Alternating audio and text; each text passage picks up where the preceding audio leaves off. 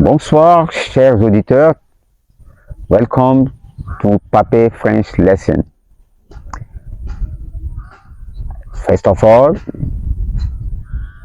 I want to greet all my viewers. Thank you very much for your comments. Thank you for sharing my video. I'm very grateful. Je vous remercie beaucoup. Today again, we are going to talk about tense. A tense in the French language is how to put an action in a particular period of time. So that is what we are calling tense, le temps du futur. So today we are going to talk about future tenses. But today we are going to talk about a particular future tense. Why? Because in French language we have different future tenses. We have le futur simple, le futur proche, le futur antérieur, and other future. Today we start with the first one, the futur proche. That is the simplest future in French language. Very simple to use. So what is futur proche? If you look at the name, we have two words, futur and proche. If you go to the literal meaning of futur, le futur, it simple mean what? The future. And what is future? Future is about something we are yet to do. Okay? So the future is not yet now, but it is in the next hours, next year, next month, next week. So that is the future. So when you are talking about action, so an action in future is an action yet to happen. So it is an action that will be taken, that will take place perhaps in the next minute, in the next second, or in the next day, or years. But we have a particular future called futur proche. If you look at the second word, proche, it simply means in English close. So when you add the two words, futur and proche, it gives you the closest future, the close future. So what does that mean? It simply means that in French language, if you use futur proche, it gives the impression of an action that is about to take place. An action that is what? About to take place. So futur proche now is very simple to form. So you can use futur proche to talk about things that will happen in the next minute, in the next second, or in the next year. So now, why we do have futur proche? Because other features are a bit difficult, like a futur simple.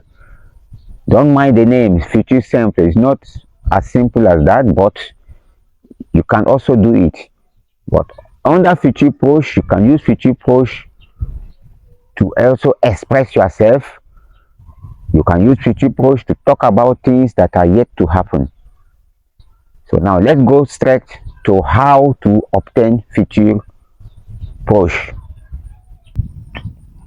To get to form futur proche, you must master the verb aller in French language under present tense.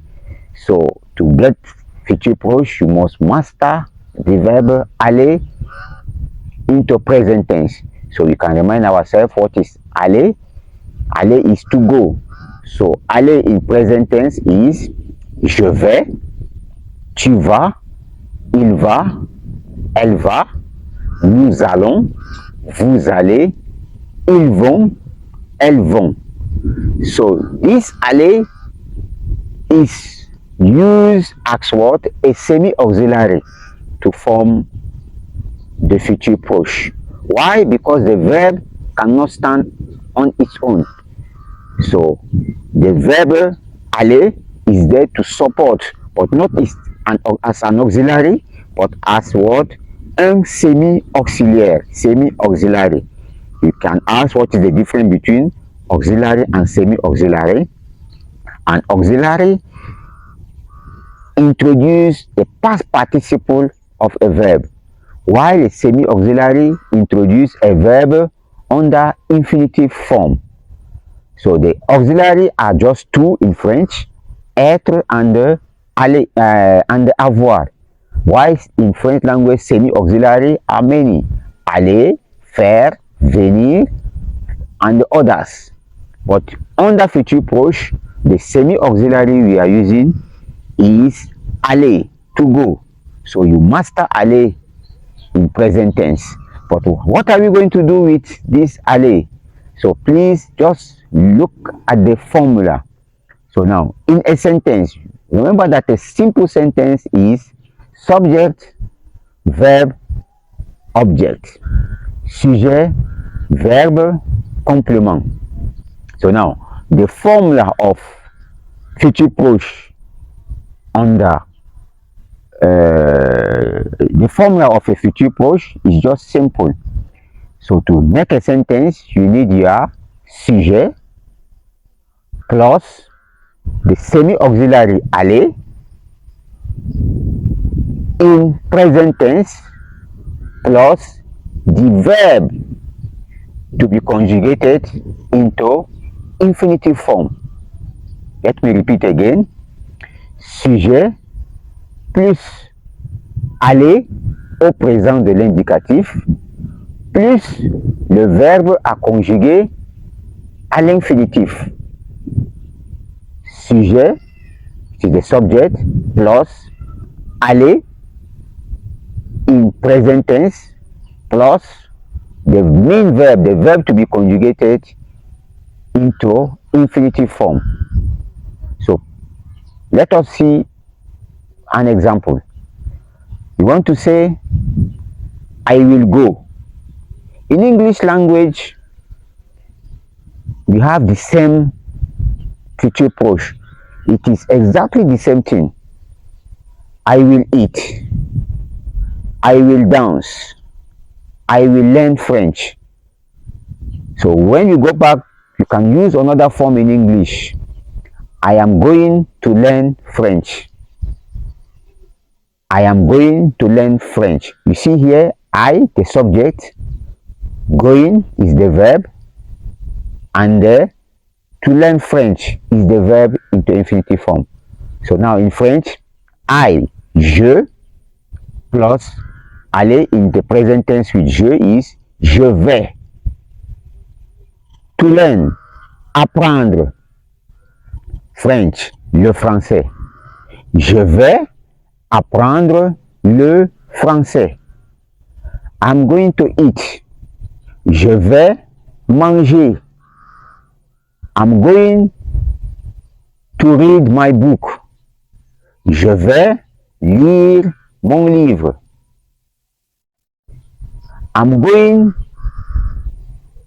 to buy my food.